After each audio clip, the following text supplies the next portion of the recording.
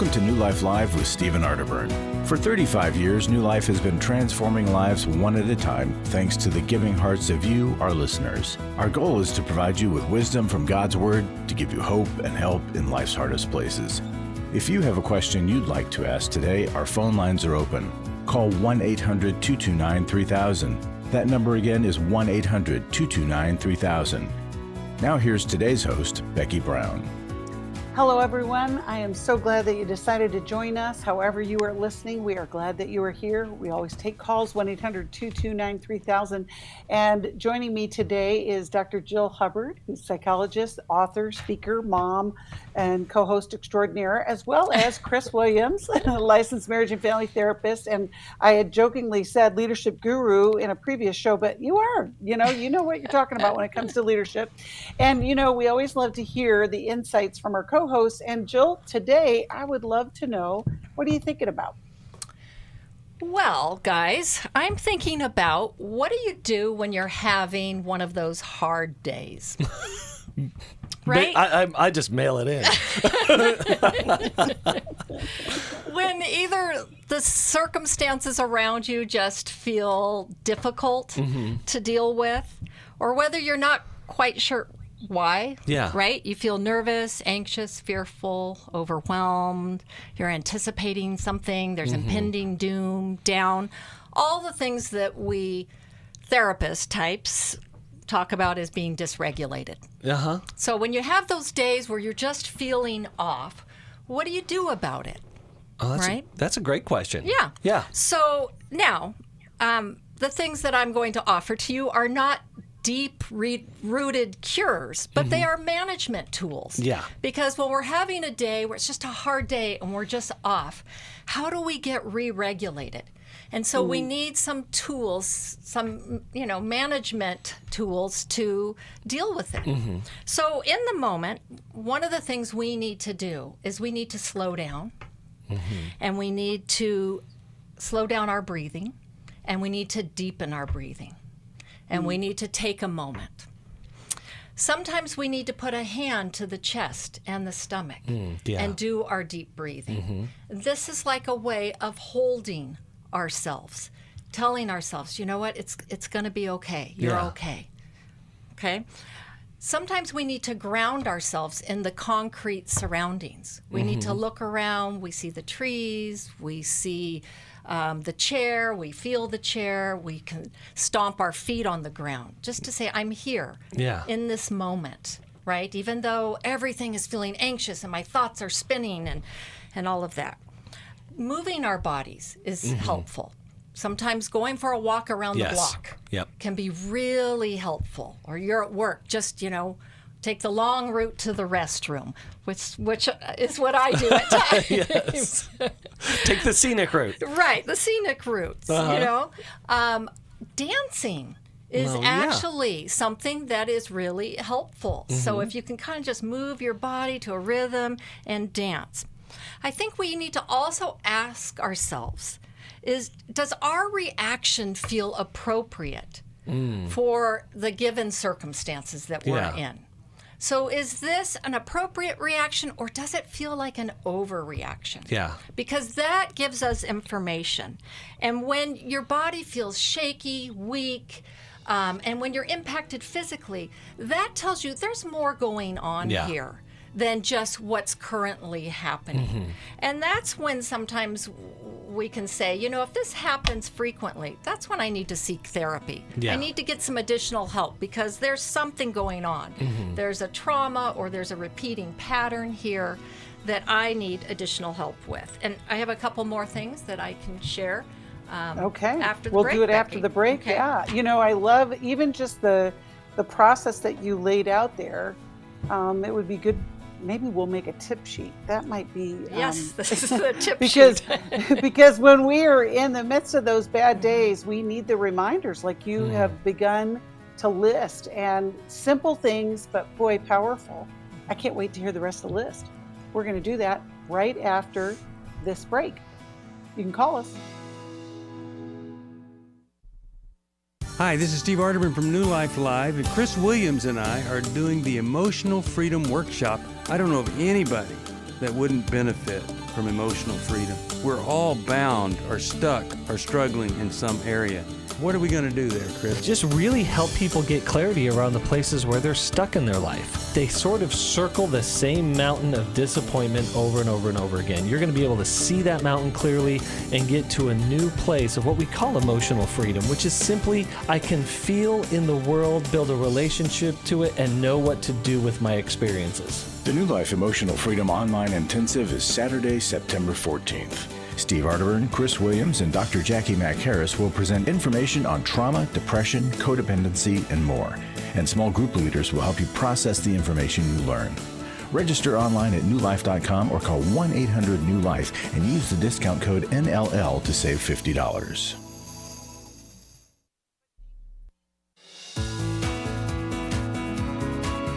To find out more information about New Life or to order any of the resources mentioned on today's program, call 1-800-NEW-LIFE.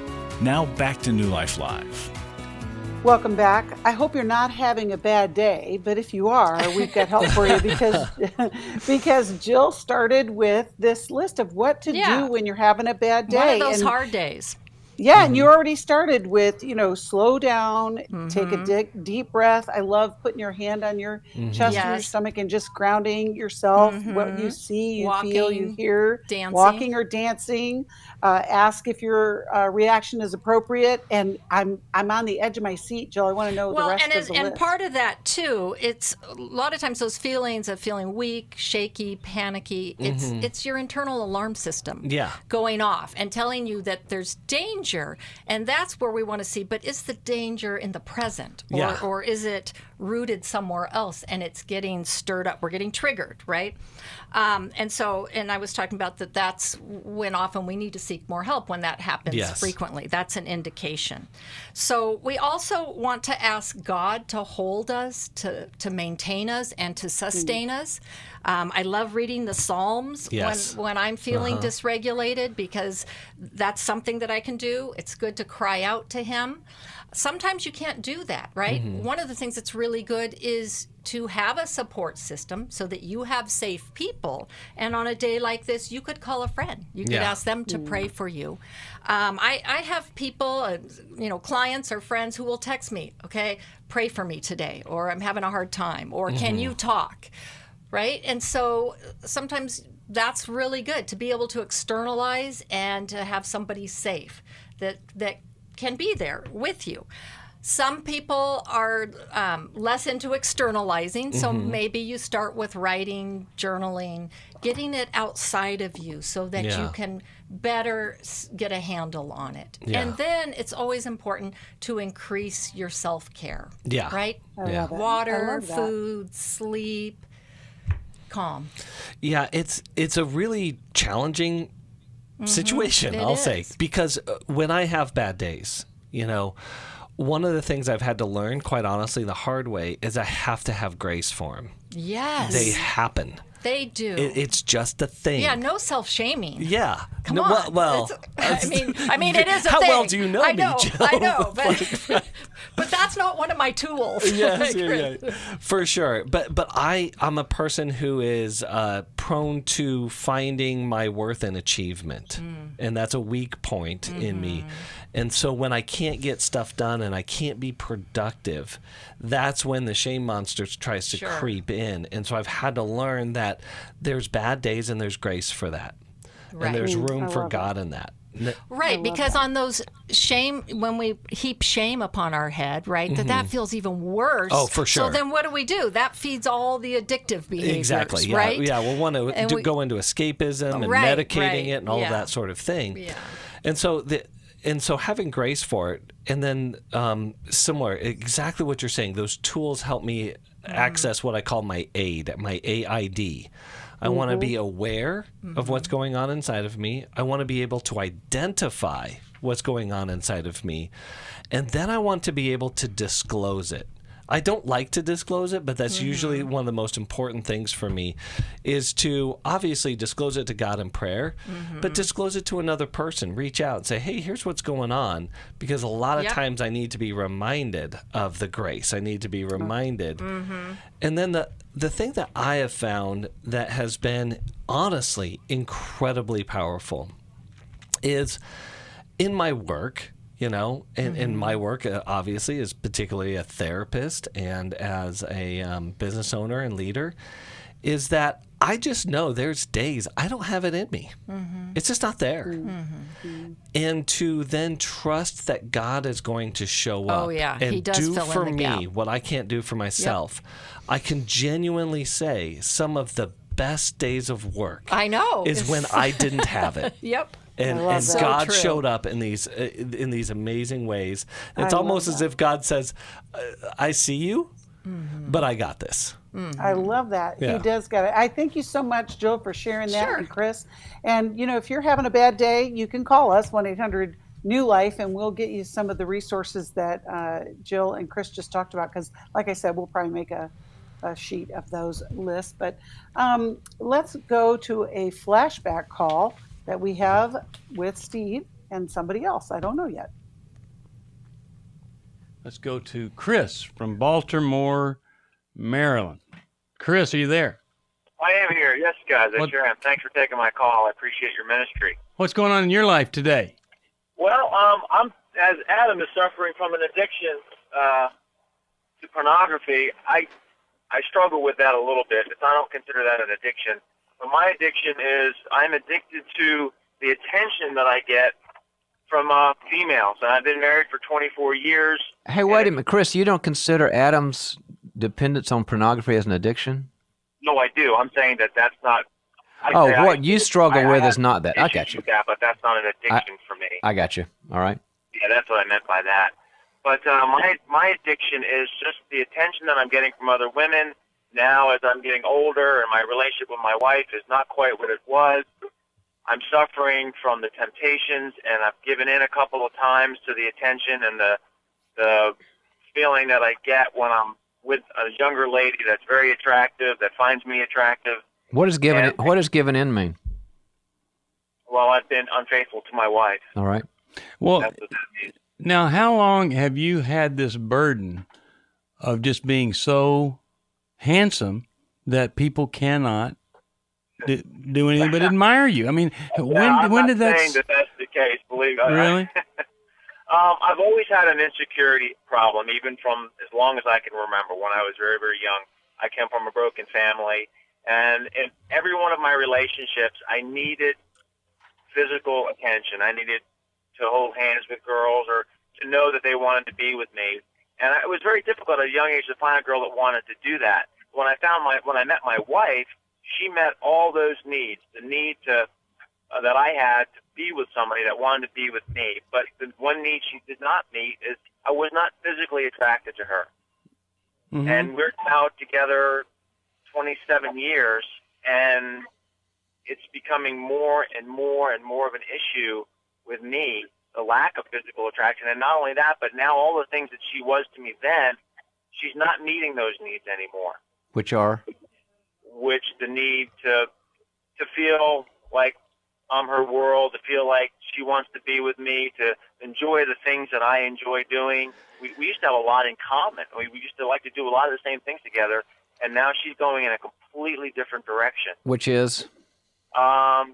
She's more of a sedentary type lifestyle person. She likes to sit and read, and she likes to go shopping and look at art and that kind of thing. And I Chris? like to go ride bikes and do physical stuff. Chris, you're looking for a mom, man. Yeah, well, I you know what? I've had counseling, and the counselors have said the exact same thing. I'm looking for. I never had the mom that I Right. always wanted. So let's just fix that. What have you done to work on not making your wife into a mother figure? Well, lots of counseling. And But I've never been able to break out of this what? trap that I'm in. Why not? I mean, people do that all the time. Many people get married, especially early in life, looking for strength that they never had, that they wish they had from their parents, or somebody that will make them their world, like you said, or someone that would be affirming and not critical. You know, many people get married for really young, dependent reasons, and then they go through kind of a difficult time, and they work through it, and then they resolve those needs, and then they totally enjoy this sedentary wife who's reflective and enjoys reading, and they go back home after their rock climbing, and they say, "Honey, let me tell you about my rock, and you tell me about your novel," and they have a great time. Why can't you do that? There are times when we can do that. I mean, there are a few times when we can do that. That's not. But I don't have any. You know, the other thing is I don't really have any friends that I can go do those things with. So I kind of look to my wife to want to do those things with me. Which is another mother need. Yeah. So let me tell you what the Bible says about this. In Psalm 68, it says that God provides a home for the lonely. You've got a lonely thing from a divorced background, and there's a mother that never finished with you for whatever reason. And you've got to go, and this is an intentional thing I want you to put on your to-do list, Chris. It's not like just a nice idea. Is I want to find a counselor or some kind of relationship, a small group, spiritual director that can help me finish up my needs for affirmation, acceptance, and grace, and fill up that tank inside so I can take my poor wife off of that pressure. And I'm going to finish I'm going to grow up inside from all the wounds I've had and become a man, and then I can appreciate and enjoy my wife. So you got to find a situation where that can happen. Hey, just a quick question. What needs would she say that you're no longer meeting for her? Oh, she would say that I am no longer the encourager that I used to be for her. Uh-huh. I don't make her feel special. I don't romance her like I used to. Uh-huh. I don't make her feel as important to me as I used to make her feel. Yeah. Okay. My heart is not 100% with her. It's other places. Right. With you. Your heart's with you. Yeah, it's with me, trying to fix me and meet my needs, yeah. Right. Well, wouldn't it be cool if you could, I don't know, kind of do what Jesus was encouraging us all to do, and I don't know, for instance, maybe just focus on her for a while? Yes, I would love that. Yes. So like here's what you might do. You might decide tonight, I'm going to be nice to a person that I haven't been so nice to all the time. So I'm going to pick up, it'd be nice to pick up some flowers for her on the way home. Mm-hmm. It'd be nice if I called her and say, "Hey, could I bring home some dinner?" And then I show up with dinner and flowers. And then I ask her, what do you miss the most that I could do right now? And while she's saying it, you get out some lotion and you start rubbing her feet. And every time you're disgusted, irritated, frustrated that this is who you married, and now look what she's done to me, you tell yourself, this is what it means to be a man. Not mountain biking, not having some little chickie love you and admire you, but this is manhood. And as far as the physical attraction part of it goes, you don't need to be physically attracted to meet her needs, do you? No, not to be. Only thing you need physical attraction for is for you to have a sexual experience, right? That helps. Mm-hmm. Yeah, for yourself, I mean, but this isn't about you, this is about her. So you just go home and try to do something for this person that happens to live with you and be nice to her. Okay. You sound pretty excited about this advice, Chris. Well, I'm still not sure how. You're right. I want to do that, and we have moments like that. But what I want to be able to do is say, I want to be able to have another woman look at me and say, that's really nice that she feels that way, but I love my wife to death, and that's where my heart is, and that's where I want to go. Not look at that and say, wow, that makes me feel like a man. It makes me feel attractive. I'm going through midlife crisis right now. That we gave you a formula, and Steve set apart and I set apart. Do you remember the formula that solved that question you asked? Let me repeat it for you. Okay. instead of making your wife into the affirming mother you never had, and I validate that, you get those needs met in another place. Small group, therapist, spiritual director, pastor, so that you don't feel so deprived when you're around her. Steve said, while you're in that process, get out of your comfort zone and reach into her empathetically and serve her. And that's what's been working for people for thousands of years. That's a 2-point program, buddy. All right. Try it. Call us up in a few weeks and tell us what happens. I will work on it. All right, man. No, Thank you. I appreciate it. I do want to guarantee you this, that if you do that, if he does this, he will feel so much better about himself that night. He will feel better about himself. He won't have a sexual experience. He won't have admiration and stuff, but he is just going to feel better that he found out as a man he was able to get out of himself and into somebody else. There's a technical term, Steve, called differentiation in marriage, where you realize the other person has their own thoughts, feelings, and separate life, and you can love that person. Instead of having to be one person, we're differentiated. It is a passionate thing to be differentiated. Oh, boy. Timeless wisdom. We're so grateful for it. We'll be right back after this break. I came kicking and screaming. The last 24 years have been filled with pain. I was violently molested and raped from the age of 6 to 13. It has changed everything in my life. This weekend for me has been life-altering. I have realized that God does love me, that this is my story, and that's okay for the first time in a long time. This is Steve Arterburn, and this is the story of a new life. She came kicking and screaming and now has a changed life. You can be part of offering hope to others as you step out in faith by donating to New Life Ministry. To make your tax-deductible gift, visit newlife.com and click Donate. Call 1-800-NEW-LIFE or text NLM to 28950. That's NLM to 28950. I was sort of vaguely familiar that the 12 steps had some origination in the Bible. I found Life Recovery, and one of the things I liked so much was that it had such a broad appeal. It wasn't limited to just alcohol or drugs, that it was addressing a wide range of problems. At New Life, we believe everyone can benefit from a life recovery experience. There are life recovery groups all over the country. They take place online, in conference calls, and in person. And if there isn't one in your area, we can help you start one. We have startup materials, leaders' guides, CDs, Bibles, and more, all with discounts available for groups. Call us at 1-800-NEW-LIFE and ask for Terry Ward. The 12 Steps have long been a great help to people in recovery because much of the 12 Steps' power comes from the fact that they capture principles clearly revealed in the Bible. The 12 steps is really a pattern for all of us as Christians. Call 1-800-NEW-LIFE. That's 1-800-639-5433. We'd love to hear from you. If you have a question or a comment, call toll-free 1-800-229-3000. Now back to New Life Live. I'm Steve Arterburn with a New Life Moment. When asked to reveal his secret for staying married for well over half a century, Billy Graham gave a simple yet somewhat paradoxical answer.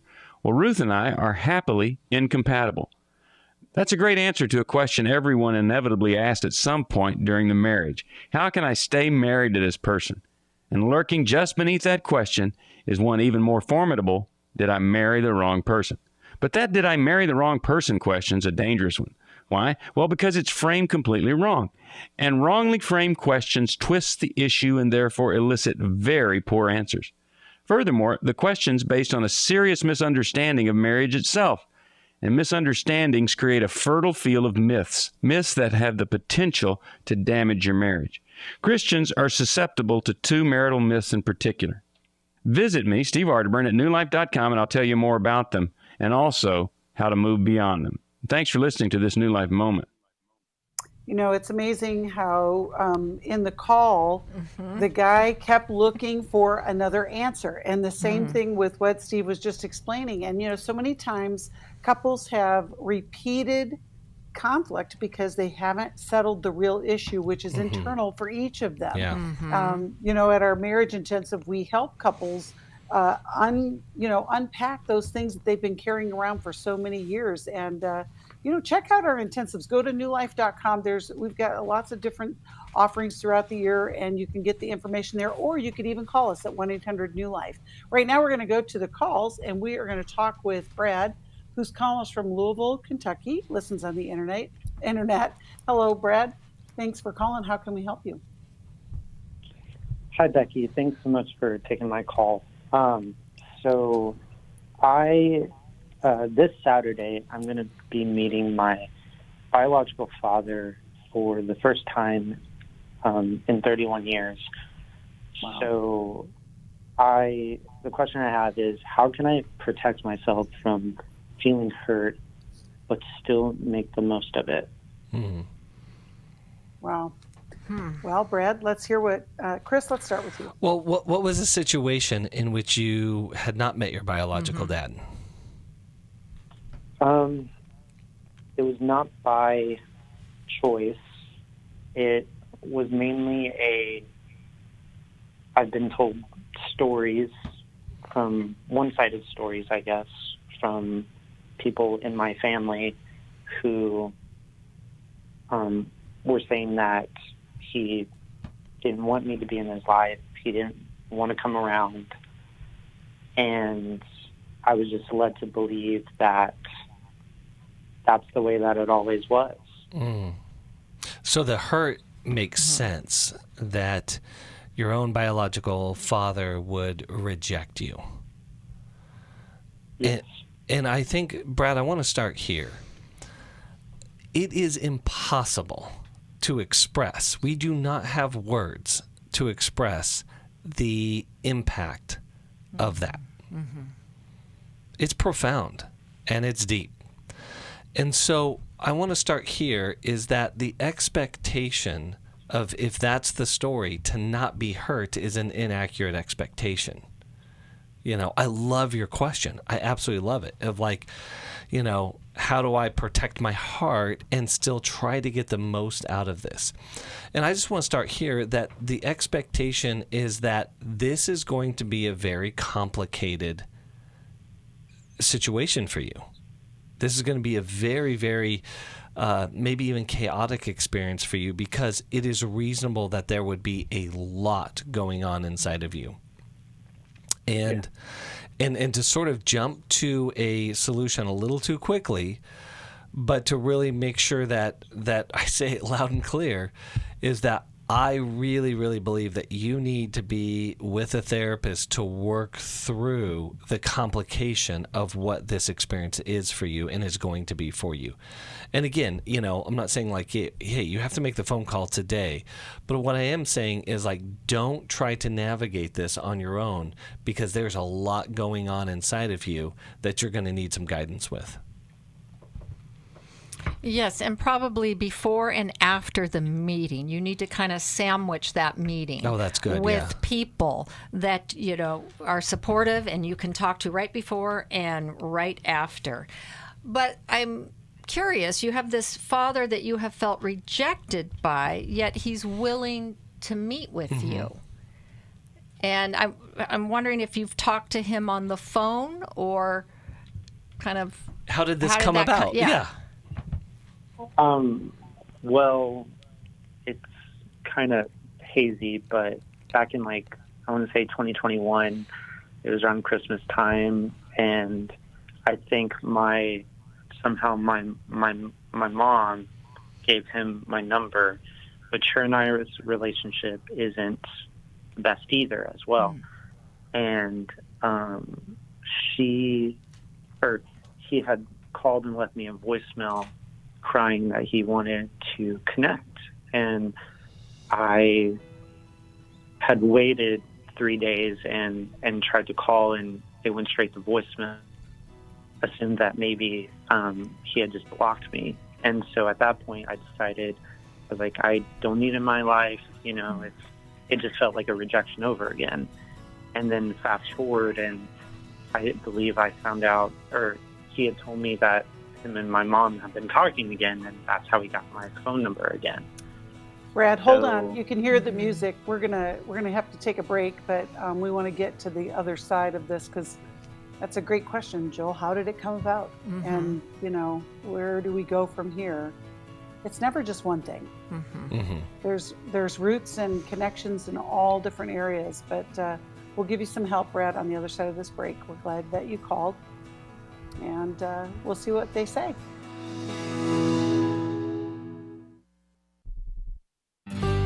For most of my life, I've been dealing with an opiate addiction. Why is opioid addiction quickly becoming one of our nation's biggest killers?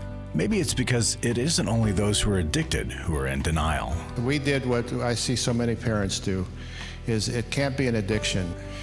There's something medically wrong. It's impossible to solve a problem when you don't know what you're up against, and families will try to find any explanation except the one that will put them on the right path. Alcoholism and drug addiction is a family disease. It doesn't affect just the individual. If someone you love is abusing painkillers, know what you're up against. It's time to admit its addiction and seek treatment. Call us today at 1-800-NEW-LIFE. We have partner treatment centers around the country. Call 1-800-639-5433 or visit us online at newlife.com. We just made a decision. We will do whatever it takes. 1-800-NEW-LIFE. Daniel Grossman on coaching. Coaches are really focused on the future and helping people to develop those skills and those strategies to help them move forward in their life. A coach really partners with you to focus on things like personal growth or health goals, spiritual growth, helping you develop in your career or possibly strengthening your relationships or maybe even breaking free from a negative pattern. If you need a coach for life, your career, relationships, your health and fitness, leadership, and more, call New Life today and ask about the New Life Coaching Network. Our coaches have been screened and certified with the same intensive process we use for our network counselors. Coaches use different techniques. Some like to use strategic questions and accountability, ultimately empowering you to take those next steps toward your goals. Take control of your life and take action to achieve your goals. Call 1-800-NEW-LIFE and talk to us about getting a New Life coach today. I really believe that everyone can use a coach in their corner. 1-800-NEW-LIFE.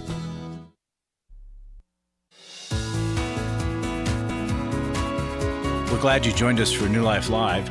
To be a part of the program, call 1-800-229-3000. Now back to New Life Live.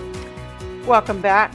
We are talking with Brad, who's in a really painful situation, but also has some hope kind of mixed in with it. Jill, you kind of left off when we were at the break. So, Brad, thank you for filling us in on that. And it is interesting because what you're describing doesn't sound like it 100% matches the narrative you grew up with. And when we've grown up with a way that we have either, self-interpreted, drawn conclusions about to make sense of, or we've been told a story, that's what we believe and that's what we're reacting to, right? That's your perception. So it makes sense that you would be apprehensive and cautious, as you should be. And I think setting the expectations for this meeting, this is a person who shares your biology, your DNA, okay? And so you have that.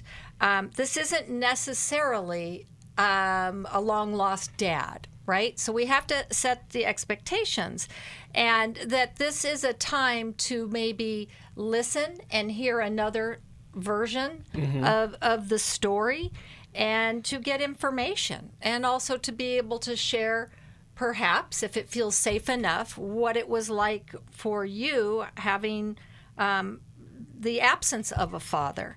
And so, but as you described, that he was tearful and calling you, we don't know if he wanted to reject you or not. We know he wasn't there, and that felt very rejecting. We don't know. Was there some protection that was involved in your mother's choice? There's a lot of unknown here. And so I think kind of holding back, not, kind of refraining from putting any type of spin or story on it as best you can, and just taking in the information and then getting help processing that. Yeah. Because like we were saying, Jill, there is the told story, and then there could be a real story. And can we get a better idea of what the real story is here? Well, and the biological dad doesn't even have the total real story. Exactly. It's a combination, right? Absolutely. Because there's this thing inside of us is that we all are looking for the ideal dad. But then there's the real dad. And Right. I think you said something really important. There's shared DNA, but there is not shared life. That's true. And that has to be respected. Because, Brad, there might be a tendency inside of you, like if he comes really remorseful and heartbroken, for you to care for him or for you to attach to him. That's not your job here. You know, Right. like attachment is built on trust that's earned over time. And that's just, Right. that's not there. So I think the key question for you, Brad, is what do you need and what do you want from this, Yes. from Saturday, this coming Saturday's experience?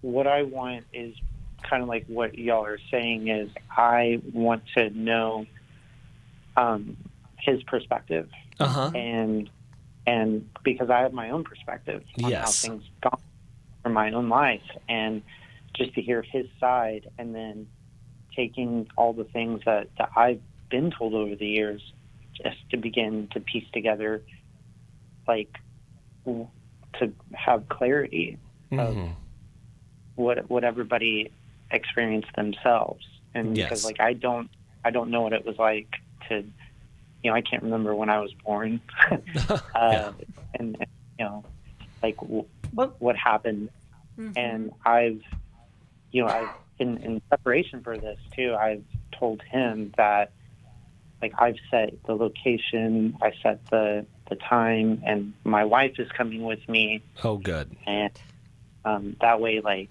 because this doesn't just affect me, it affects her as well. I want to put to rest the misconceptions and the pain and the bitterness and the judgment that I've held on to for so long. Yeah. Well, but here's the thing, though, Brad, and, Chris and Jill, you can talk about this. We also have to set the expectation that we may not settle the score in this meeting, because you're going to be flooded by just everything from the experience of meeting face to face, but also all of the million questions, because you'll ask a question, you'll get an answer, but then there'll be 12 more questions that go along with that answer. I mean, so Jill, Chris, let's talk about flooding and setting expectations so that you can contain what's going to happen. Well, my story is, I have a story that echoes yours but doesn't reflect yours. And so in a similar thing about having meetings with my dad later in life because his alcoholism took him out of my life, is that what I had to learn, and it took me quite a while, and this is why I recommend having a guide, because the guidance that I got, the therapy I got during that time was so, and the recovery I was in during that time was so crucial to the experience. And that was ultimately the explanation wasn't going to heal the heart of a broken-hearted child. It could help, but it wasn't going to do the work. The work was forgiving and letting go. And realizing that the anger, like you're right on it, Brad, because you're carrying a lot of wisdom inside of you. And what I want for you is the exact same thing. I want more clarity for you. But the clarity is there to help you guide your work into saying that this person who was supposed to be in my life, for whatever reason, wasn't. And that was incredibly heartbreaking and impactful. And now it's my work to start doing the work to repair it inside of me. And so what that looked like for me was finding older adult males in my life, not to be my dad, but to be mentors who could speak into my life to help me internally grow up and need less of that from other people. So powerful. Yeah. Jill, you want to add anything? Well, regardless of the information you find out, that exactly what you said, Chris, that doesn't excuse or erase your own experience. Yeah. That it gives you understanding and maybe where intent was. Yes. Right, which is definitely very helpful. It is helpful. But you still have that experience of not having this person in your life and how that shaped you. Yeah, all these years later, and after losing my dad, it is so clear to me that my dad always loved me. It is crystal clear. And so all our time together towards the end of his life helped clarify that. But what it didn't do is cure the pain of his love not being able to show up. Wow. Yep. And so that's really kind of where it matters in the work that we do for ourselves. Yeah. Well, Brad, I hope that's helpful. And we'll send you a copy of Making Peace with Your Father by Dr. David Stoop, because I know Dave talks about this. And, even as you guys are talking about the impact of relationships, I think even if you didn't have the same story, like both you, Chris, you were talking about your dad, but thinking about how people disappoint us in relationships. Yeah. And, the expectation many times is, how do we settle that score? How do we make all of that make sense? And Chris, you just described how it doesn't all fit together like a nice, neat little puzzle, because we're humans. And so, I wish I could tell a different story, but I just think that that's where we can hold space for people and also continue to do our own healing work.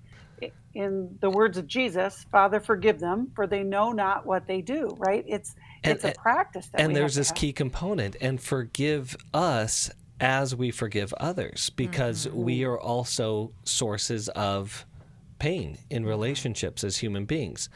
And so entering into that, this speaks back to the strength of our faith.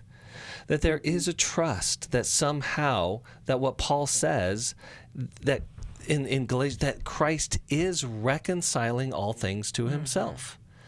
It may not happen this side. It probably won't happen this side. And our work is to accept what is with a hope of what will become. And so, when we lean upon that hope of, it's not going to reconcile here, but Christ is at work reconciling all things to his perfect love and unity, that allows us to find some more strength to move forward, that allows us to accept that which we experience as unacceptable. So powerful. And it's the work we have to do the rest of our lives. Yes, we do. It is that forgiving, the surrender, the grace, the mercy. And, the great thing about that is God is faithful. He's faithful, and he will show up. He will provide. There will be wisdom from others. There will be courage from others as we continue this path. And we're grateful to be part of that. For over 35 years, we've been helping people seek God and seek the truth and experience grace all at the same time. We'll be right back after this break. We all face days where life throws us a curveball and our routines or plans get disrupted. Things we wanted to do are forced to take a backseat to the unexpected demands of the day. If you normally listen to New Life Live on a radio station, well, you might not be able to that day. And on these hectic days when you're feeling stressed or frazzled, hearing the sound of counsel given on New Life Live is just what you need to navigate the unexpected things of life. Every time I'm troubled or I have a problem, I'll cut on New Life, and there's always something that is said that is helpful to me. By listening, I have learned more than I can ever express about how God wants me to live. Download the New Life app for the easiest way to listen wherever you are and at a time that's convenient for you, or watch the show on our YouTube channel. You can even subscribe to our podcast from your favorite podcast provider. You never have to miss a day of New Life. Wherever you are, we are. Club New Life changes lives. You guys came along into my life in 2022, That was a really, really difficult year of my life. You can help New Life Ministries provide Christ-centered hope and counseling resources to thousands of people by joining Club New Life today. I began to really process a lot of things that I've needed to for a long time, and y'all were a very big part of that. When you sign up to support us monthly through Club New Life, you'll make a difference in the lives of individuals and families with godly counsel and connection to help. I came out of it having never experienced anything like that, and y'all were there. Join today and help continue the message of hope to a troubled world. I knew I had to keep going, and I joined Club New Life, and y'all have been the resource that has now been a light for my wife and I. Go to newlife.com/CNL, and together we can help hurting people find help and hope in life's hardest places. Keep doing what you do because it makes a difference. newlife.com/CNL.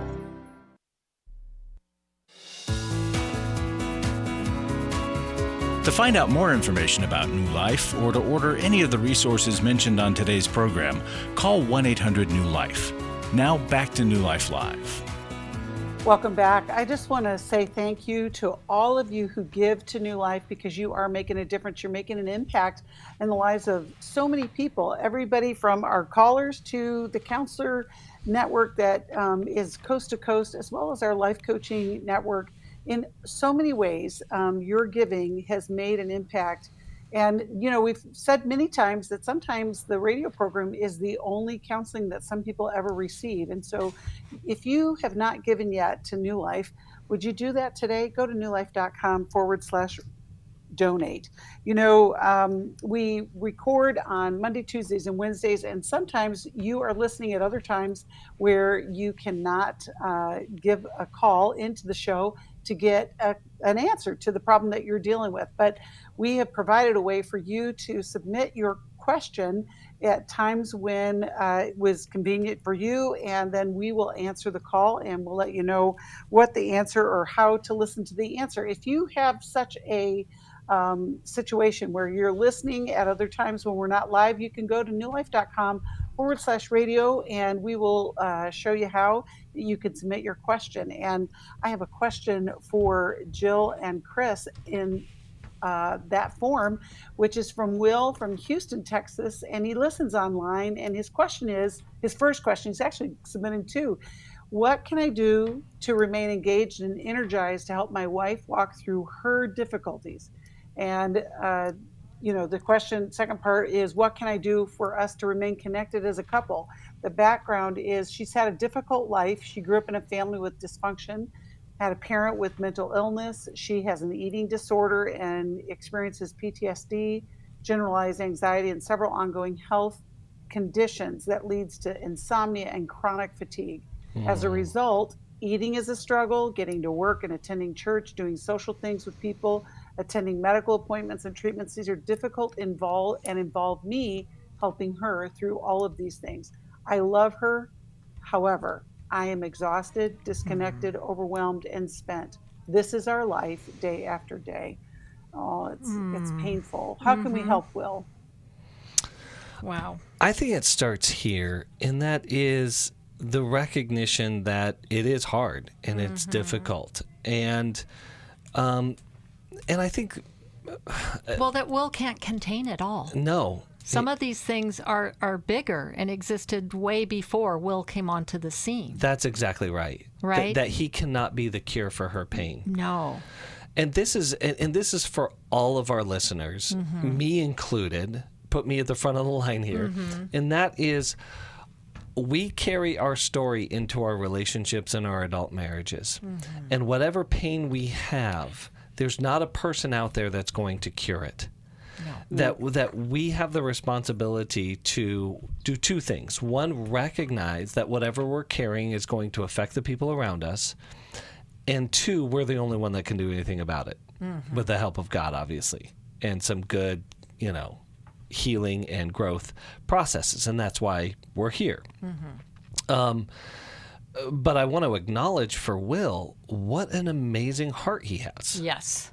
and desire. Because so many calls that we have, and I'm going to pick on us guys, is like, well, my wife's not doing it for me anymore. Right.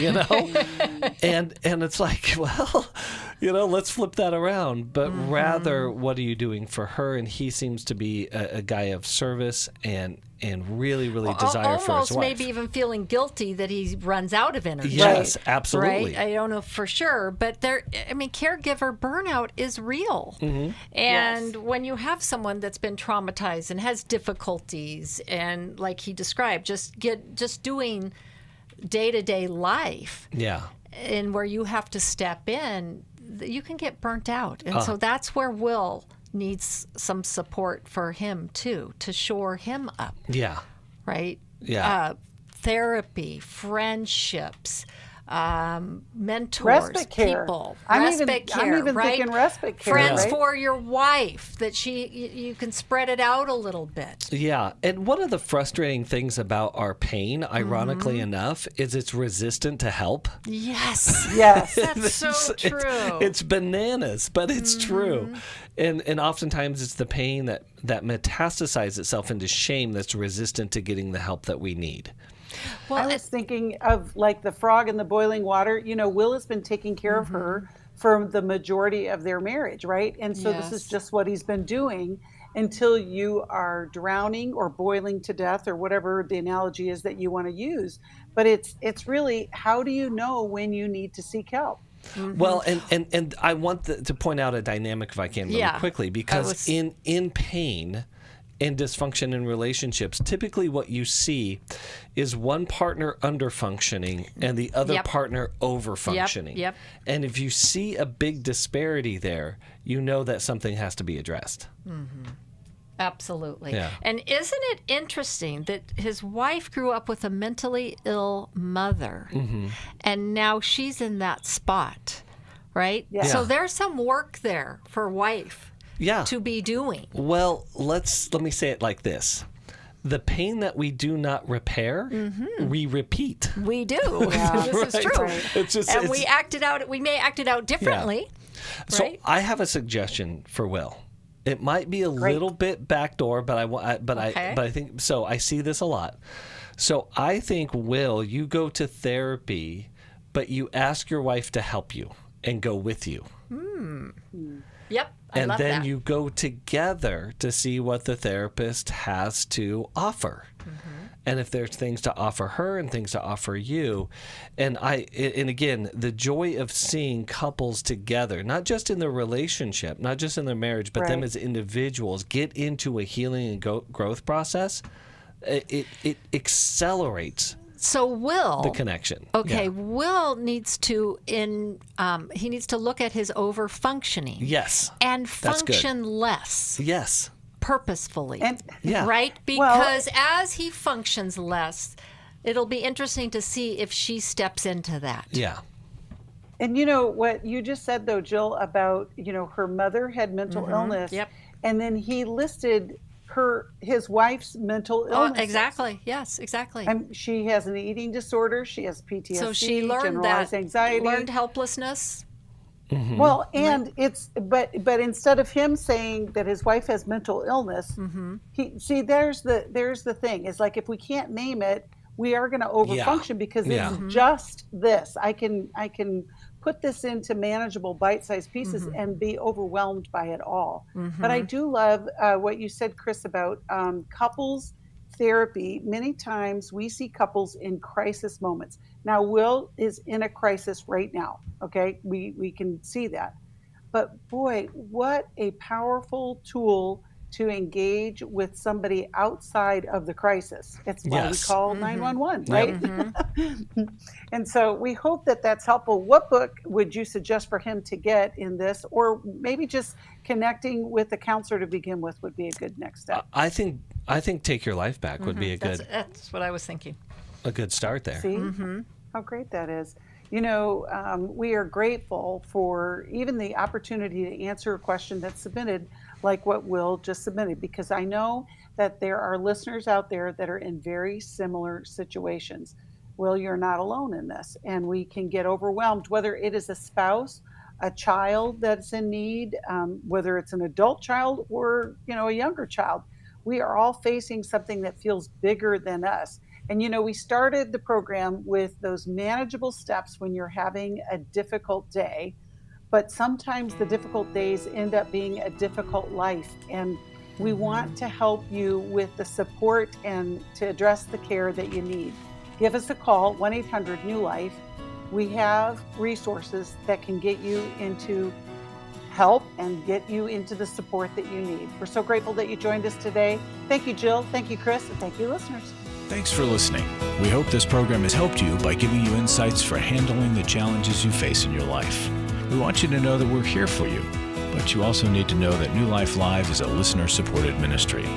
To make your donation or to get any of the resources mentioned on today's program, call 1-800-NEW-LIFE. That's 1-800-639-5433, or write to us at New Life Ministries, P.O. Box 1029, Lake Forest, California, 92609. Please join us again tomorrow for New Life Live.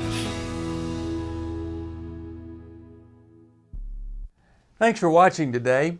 We love helping people. I hope you sense that. And we know that there's always hope if you find the right resource. Now, if something we've said to somebody else applies to you, that's fantastic. That's what we're hoping for. But also, if you want to join us directly, you can call 1-800-229-3000 between 1 and 3 Eastern Time, Monday, Tuesday, and Wednesday. Those are the best times to get through. And while you're here on YouTube, check out these other videos that we've done to help people see where they could grow or a different path to take. And if you do that, would you give us a thumbs up on the video, and please subscribe to this channel. There are many ways that we can help you outside of the radio program, and it's very hard for some to pick up a phone and dial 1-800-NEW-LIFE, but when you do, we put you in touch with somebody who cares about you, knows all the resources out there, and they're going to find the best for you. There is no reason to struggle alone. I hope to see you tomorrow. Hope you'll invite somebody else to come and join that maybe needs just a little bit of help along the way. I'll see you next time.